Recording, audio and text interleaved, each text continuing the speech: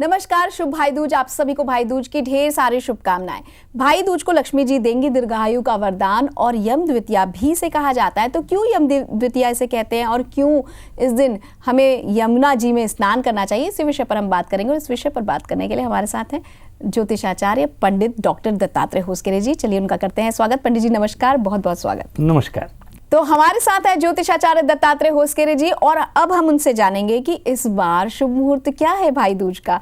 तो आप सबसे पहले शुभ मुहूर्त हमें बता दें पंडित जी। जी, यम द्वितीया एक बहुत महत्वपूर्ण पर्व है और गोवर्धन पूजा के दूसरे दिन ये पर्व मनता है। और जहाँ तक मुहूर्त की बात है तो मैं आपको बता दूं कि प्रातःकालीन एक मुहूर्त है टीका लगाने का, वो है 10:45 से दोपहर 12:05 तक। और एक सायंकाल का मुहूर्त है। यदि आप सवेरे का मुहूर्त चूक जाते हैं तो सायंकाल एक मुहूर्त है 4 बजे से लेकर 5:25 तक।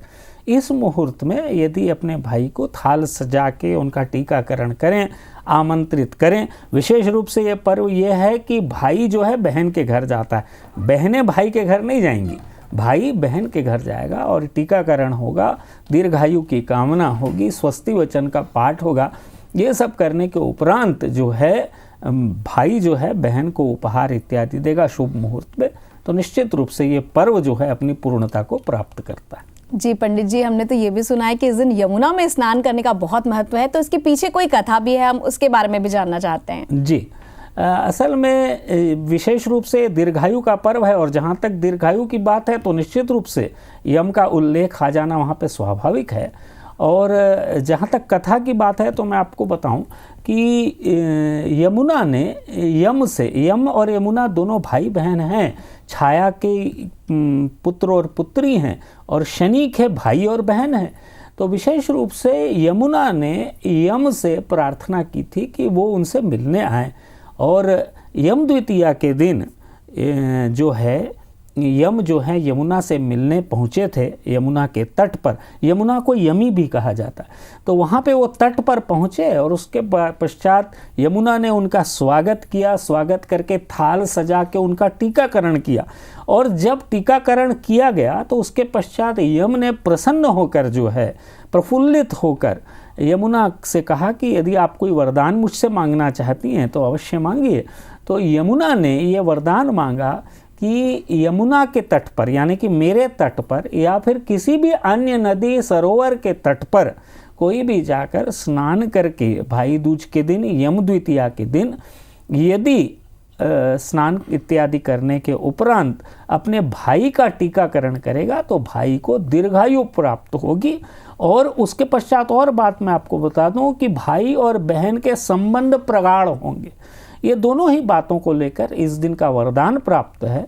तो इस दिन यदि विशेष रूप से बहनें भाई का टीकाकरण इत्यादि करने के उपरांत उनको कुछ मिष्ठान्न इत्यादि समर्पित करें, भाई जो है बहनों को तोहफे दें, गिफ्ट दें, उपहार दें, तो निश्चित रूप से भाई और बहन के संबंध प्रगाढ़ होते हैं, पारिवारिक एकता मजबूत होती है। इसलिए ये पर्व का बहुत ज़्यादा महत्व है। जी बिल्कुल। और दिवाली के बाद इसका सभी बहनों को बेसब्री से इंतजार होता है। भाई की दीर्घायु के लिए हमें क्या क्या और करना चाहिए, कैसे हम आरती की थाली सजाएं, ये भी हमें बताएं। जी, जहाँ तक आरती की थाली का प्रश्न है तो मेरा निवेदन सभी बहनों से ये रहेगा कि सबसे पहले तो स्वच्छ थाली लें, चाहे स्टील की हो, चांदी की हो, तांबे की हो, किसी भी धातु की थाली हो, कांसे की थाली भी आप ले सकते हैं। यदि ये थाली लेकर इसमें विशेष रूप से पान, सुपारी, विभिन्न तरह के टीके जैसे कि केसर, कुमकुम, अक्षत, पुष्प इत्यादि रखकर घी की आरती रखें। घी की एक बत्ती जो है दिए में लगा के रखें जिससे आरती होगी।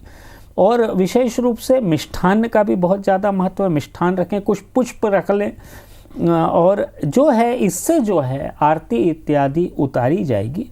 उसके पश्चात जो है भाई को पान सुपारी देने का प्रावधान है। तो भाई को पान सुपारी दें और मिष्ठान्न समर्पित करें भाई को आरती इत्यादि करने के पश्चात। और तिलक का बहुत ज़्यादा प्रावधान है। रोली, अक्षत, चंदन और भी जो भी हल्दी इत्यादि का समर्पण करें और ये टीका लगा दें। टीका लगाने के पश्चात जो है भाई जो है अपनी बहनों को उपहार दें। तो निश्चित रूप से ये पर्व जो है पूर्णता से संपन्न होता। जी पंडित जी, आपसे ये भी जानना चाहते हैं कि क्या टीका करते समय में कोई मंत्र का पाठ करना है, जाप करना है? जी, टीका जब करें तो शास्त्रों में बहुत सारे मंत्र वर्णित हैं। वैसे तो स्वस्ति न इंद्रो वृद्रश्रवाः, स्वस्ति न पूषा विश्ववेदाः, स्वस्ति नस्तारिक्षो अरिष्टनेमिः, स्वस्ति नो बृहस्पतिर्दधातु, इस मंत्र का उच्चारण करें। या फिर आप जिस भी अपने कुल देवी कुल देवता को मानते हैं उनके मंत्रों का उच्चारण कर लें। जैसे आप शिव जी को मानते हैं तो ओम नमः शिवाय कहते हुए टीकाकरण अर्पित करते हैं, या आदि शक्ति का पूजन करते हैं तो ऐं ह्रीं क्लीं चामुंडाय विच्चे बोलते हुए, या फिर दुर्गा दिव्यै नमः बोलते हुए टीकाकरण कर दें। आपके जो भी इष्ट देव हैं उनसे प्रार्थना करते हुए यदि भाई के मस्तक पे आप तिलक लगाएंगे तो निश्चित रूप से भाई को दीर्घायु प्राप्त होगी। जी पंडित जी, तिलक लगाते समय हमें किस उंगली का प्रयोग करना चाहिए? अंगूठे से करना चाहिए या फिर ये जो तीसरी उंगली हमारी जिसमें हम अंगूठी पहनते हैं उससे करना चाहिए, ये भी हमें बता दें। जी देखिए, असल में टीकाकरण के बहुत सारे विधान हैं। यदि आप भाई को टीका लगा रहे हैं तो विशेष रूप से उंगलियों का आप जो है ध्यान रखें। शास्त्रों में वर्णित है कि जब भी आप भाई को टीका लगाएं तो सूर्य प्रधान उंगली से जो है टीकाकरण किया जाना चाहिए, जो कि तीसरी उंगली है। और उंगली जब टीका आप लगा दें उसके पश्चात जो है उसको यदि आप अंगूठे से ऊपर की ओर खींचेंगे तो ये आप देखेंगे इससे जो है संपन्नता आएगी, पहला। दूसरा, हम सभी चाहते हैं कि भाई बलवान हो, भाई जो है समृद्ध हो, शक्तिशाली हो, तो उसके लिए अंगूठे का प्रयोग अवश्य करें। टीका लगाते समय ऊपर की ओर खींचें टीके को, तो आप देखेंगे कि भाई को एक समृद्धि प्राप्त होगी, धन धान्य ऐश्वर्य की वृद्धि होगी और साथ ही साथ बल भी प्राप्त होगा। इस ढंग से यदि टीका लगाएंगे, और जैसा कि मैंने कहा रोली अक्षत इसका ज़्यादा प्रयोग करें तो निश्चित रूप से भाई की दीर्घायु और संपन्नता को लेकर लाभ प्राप्त होगा। जी, आस्था का तो केंद्र है ही ये पूरा भारत, और यहाँ पर कई बार ऐसा होता है ना कि यमुना के तट पर तो हम सभी नहीं पहुँच सकते, लेकिन इच्छा जरूर ये करते हैं कि इस तरह के फल की प्राप्ति हो जाए, तब हम कैसे स्नान करें? जी जी, यमुना के तट पर यदि आप पहुंच पाते हैं तो बहुत अच्छा है। यदि नहीं पहुंच पाते हैं तो समीप के किसी भी सरोवर पर जा सकते हैं। यदि कोई सरोवर नहीं है तो घर ही में जो है आप स्नान इत्यादि करें। थोड़ा सा गंगा जल जो है पानी में डाल दें और स्नान कर ले। गंगा में स्नान किए जैसा हो जाएगा, यमुना में स्नान किए जैसा हो जाएगा। स्नान करने के उपरांत जो है जो पर्व को पूर्णता के साथ मनाएं। विशेष रूप से मेरा निवेदन रहेगा कि यदि आप कभी भी किसी भी सरोवर पे नहीं जा पाते हैं, जो मंत्र हैं गंगा च यमुना चैव गोदावरी सरस्वती नर्मदा सिंधु कावेरी सन्निधिम कुरु, ऐसा मंत्र जो है उच्चारण करते हुए यदि आप स्नान कर लेते हैं तो वो ये सारी की सारी नदियों के जल से स्नान किए हुए जैसा हो जाता है। तो ये स्नान करने के उपरांत यदि टीकाकरण करें भाई को तो निश्चित रूप से उनको लाभ मिलेगा। जी पंडित जी, बहुत सारी बहनें ऐसे हैं जिनके भाई दूर हैं किसी कार्यवश या फिर पढ़ाई के चलते, तो ऐसी बहनें अगर शुभ मुहूर्त में टीका करना चाहती हैं तो उन्हें क्या करना होगा? जी देखिए, जहाँ तक शास्त्रों के विधान हैं तो पहले पुरातन काल में क्योंकि शीघ्रता से पहुँचा नहीं जा सकता था और जनरली होता ऐसा है कि भाई अपने धनोपार्जन के लिए दूर जाते ही हैं, तो ऐसे समय में यदि आपके भाई आपके निकट न हो तो जैसे रक्षाबंधन के समय आप कुछ दिन पहले राखी भेज देते हैं, उसी तरह से टीका का सामान जो है आप अपने भाई को भेज दें। और जिस दिन भाई दूज हो, भाई स्वयं अपने हाथ से जो है टीकाकरण कर ले, या फिर अपनी पत्नी के द्वारा भी वो टीकाकरण करवा सकते हैं। टीकाकरण करवा लें और टीकाकरण करने के उपरांत जो है भाई बहनें जो हैं अपने ही घर में भाई का स्मरण करते हुए ईश्वर से प्रार्थना कर लें। आप देखेंगे वही संयोग बन पड़ेगा। जी बिल्कुल, आपने बहुत अच्छा उपाय हमें बताया। अब ये जानना चाहते हैं कि इस दिन क्या नहीं करना चाहिए? जी, जहाँ तक भाई दूज की बात है, जैसा कि मैंने कहा कि ये यम द्वितीया है, यानी कि यम और यमी से संबंधित पर्व है। यम जो हैं आयु के कारक देव हैं यम, और शनि के भ्राता भी हैं। तो विशेष रूप से इस बात का ध्यान अवश्य रखें कि इस दिन किसी भी तरह से नशे का प्रयोग, मद्यपान इत्यादि न करें, क्योंकि दिवाली के ठीक बाद का समय है, लोग उल्लास में मनाते हैं, उत्साहित रहते हैं। तो किसी भी तरह से जो है नशे इत्यादि का प्रयोग न करें, पहला। दूसरा, क्रोध न करें। यदि क्रोध कर देंगे इस दिन आप, तो आपका जो भी संबंध होगा बहन के साथ वो खराब होगा और भाई दूज जो है पूर्णता को प्राप्त नहीं होगा। इस बात का विशेष रूप से ध्यान रखें। तीसरी और एक बात देख लें कि यम द्वितीया के दिन विशेष रूप से भाई बहन जो है अत्यंत प्यार से रहें। जी बिल्कुल, निश्चित रूप से भाई बहन का जो प्रेम का संबंध है वो और भी प्रगाढ़ हो, इसीलिए ये पर्व आता है। आपसे बातों का सिलसिला जारी रहेगा, लेकिन अभी रुक रहे एक छोटे से ब्रेक के लिए।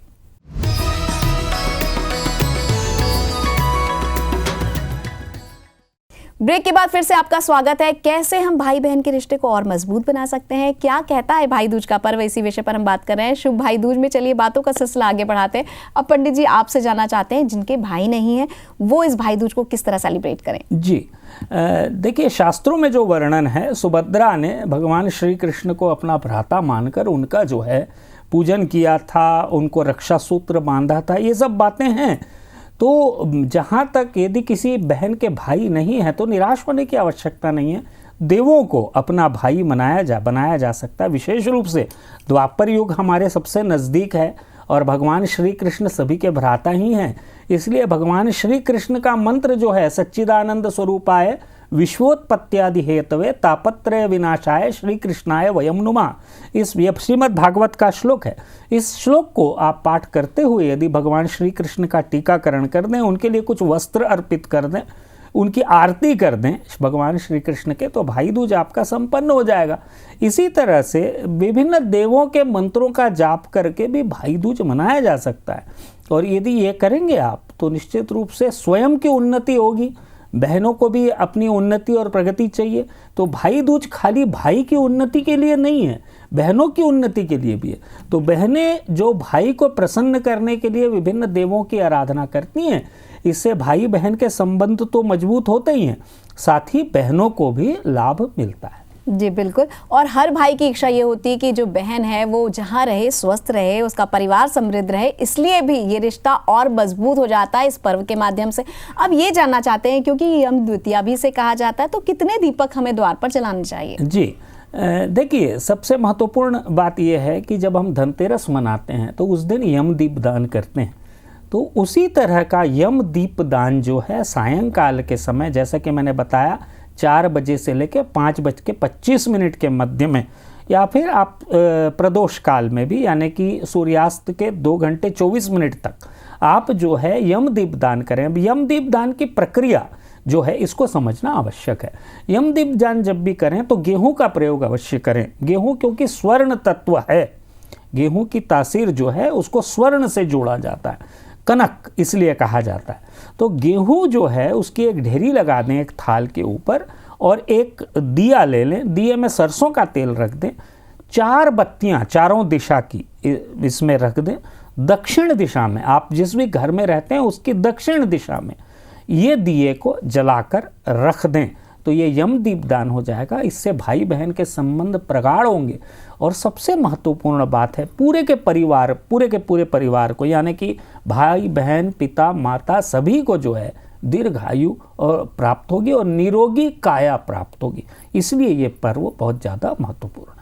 जी पंडित जी, वैसे तो भारत पे अलग अलग जगहों पर इस दिन को अलग अलग तरीके से भी मनाया जाता है, अलग अलग विधि विधान से पूजा भी की जाती है, लेकिन सर्वमान्य तरीके से जो पूजा होती है तिलक लगाना उसमें महत्वपूर्ण है। और अब आपसे ये जानना है कि यदि किसी बहन को तिलक लगाना है किसी ऐसे भाई को जिस दिन वो भाई बनाना चाहती है अपने को, तो क्या उसके लिए ये दिन बहुत ज़्यादा शुभ है? जी, यम द्वितीया अत्यंत महत्वपूर्ण है जहाँ तक भाई बहन के संबंधों की बात है। यदि किसी भी बहन का उसको ऐसा लगता है कि उसका कोई भाई है नहीं, सगा भाई नहीं, और इस दिन वो किसी को अपना भाई बनाना चाहती हैं, तो निश्चित रूप से एक बहुत ही अच्छा ये अवसर होता है। तो किसी को भी अपना भाई बनाया जा सकता है। तो विशेष रूप से मेरा निवेदन रहेगा कि जब भी आप किसी भी व्यक्ति को अपना भाई बनाना चाहती हैं तो एक कलश ले लें। सबसे पहले उस कलश में जल ले लें, उसमें थोड़ा सा गंगा जल डाल दें, उससे अपने भाई को 8 बार उतार दें, यानी कि बैठा दें आसन देकर, और 8 बार उतारें एंटी क्लॉकवाइज, और उसके पश्चात जो है क्लॉकवाइज जो है आरती कर दें।